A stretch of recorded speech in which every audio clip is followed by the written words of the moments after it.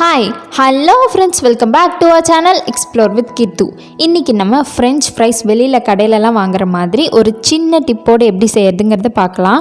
French fries வெளியே ரொம்பவே க்ரன்ச்சியாகவும் உள்ளே ரொம்பவே சாஃப்டாகவும் இருக்கிறதுக்கு ஒரு சின்ன டிப்பை ஃபாலோ பண்ணணும்.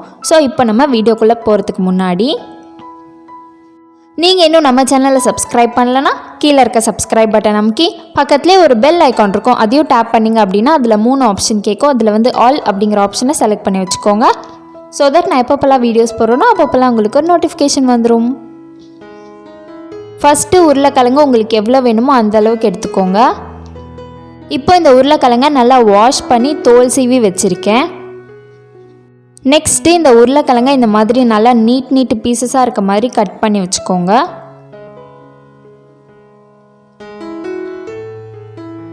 ஸோ இது கட் பண்ணதுக்கப்புறம் இந்த மாதிரி நல்லா நீட்டாக இருக்கணும்.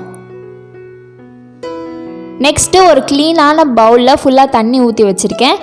இந்த தண்ணியில் நம்ம கட் பண்ணி வச்சுருக்க உருளைக்கிழங்கை இந்த மாதிரி ஃபுல்லாக போட்டுடலாம். இந்த மாதிரி தண்ணியில் போடுறதுனால இந்த உருளைக்கிழங்குல இருக்க ஸ்டார்ச் எல்லாமே இந்த தண்ணியோட ரிலீஸ் ஆகி போயிடும். ஸோ இந்த மாதிரி தண்ணியில் போட்டு அதுக்கப்புறமா ஃப்ரை பண்ணோம் அப்படின்னா உருளைக்கிழங்கு ஒன்றோட ஒன்று ஒட்டாது அண்ட் வெளியே ரொம்பவே கிறிஸ்பியாகவும் உள்ளே ரொம்பவே சாஃப்டாகவும் வரும்.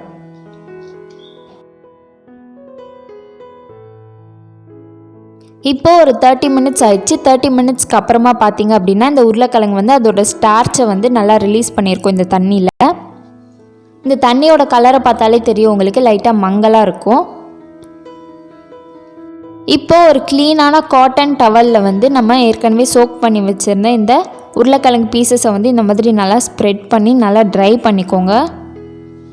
இந்த மாதிரி நல்லா தொடச்சிக்கிட்டோம் அப்படின்னா அதில் இருக்க மாய்ஸ்சர் தண்ணி எல்லாமே வெளியே வந்துடும். இப்போ பார்த்தீங்கன்னா உங்களுக்கே தெரியும் இதில் சுத்தமாக தண்ணியே இல்லை, நல்லா ட்ரை ஆகிருக்கு. இந்த அளவுக்கு இப்படி இருக்கணும். இப்போ எண்ணெய் காய வச்சுட்டு எண்ணெய் நல்லா சூடாகணும். அதை டெஸ்ட் பண்ணுறதுக்காக நான் ஒரு சின்ன பீஸ் ஆஃப் உருளைக்கிழங்கை மட்டும் எடுத்து இந்த எண்ணெய்க்குள்ளே போட்டு பார்க்குறேன். பாருங்கள் எப்படி மேலே புஷ்ஷுன்னு வந்துருச்சு. ஸோ இப்போ எண்ணெய் காஞ்சிடுச்சு. இப்போ நம்மளோட உருளைக்கிழங்கை ஒவ்வொரு பீசஸாக உள்ளே போட்டு நல்லா டீப் ஃப்ரை பண்ணி எடுத்துடலாம். இதுக்கு முன்னாடி நம்ம இந்த உருளைக்கிழங்கை வேக வைக்கலை, எதுவுமே பண்ணலை. ஸோ இந்த எண்ணெயில் மட்டும்தான் ஃபுல்லாக டீப் ஃப்ரை ஆக போகுது. அதனால கொஞ்சம் லேட் ஆகும். ஸோ அது வரைக்கும் நீங்கள் வெயிட் பண்ணணும். ஒரு 5 மினிட்ஸ்க்கு அப்புறமா இந்த மாதிரி கொஞ்சோண்டு உருளைக்கிழங்கு எடுத்து இது வெந்துருச்சா இல்லையா அப்படின்னு செக் பண்ணுறதுக்காக ஒரே ஒரு உருளைக்கிழங்கு மட்டும் லைட்டாக இந்த மாதிரி குத்தி பார்க்கணும். குத்தி பார்க்கும் போதே உங்களுக்கு தெரிஞ்சிடும். ஈஸியாக உள்ளே போயிடுச்சு அப்படின்னா அது வெந்துருச்சு, இல்லை கொஞ்சம் கொரன்னு உள்ளே போகும், கொஞ்சம் ஹார்டாக உள்ளே போகும். அந்த மாதிரி ஹார்டாக உள்ளே போச்சு அப்படின்னா வேகலைன்னு அர்த்தம், இன்னும் கொஞ்சம் நேரம் ஃப்ரை ஆகணும்னு அர்த்தம்.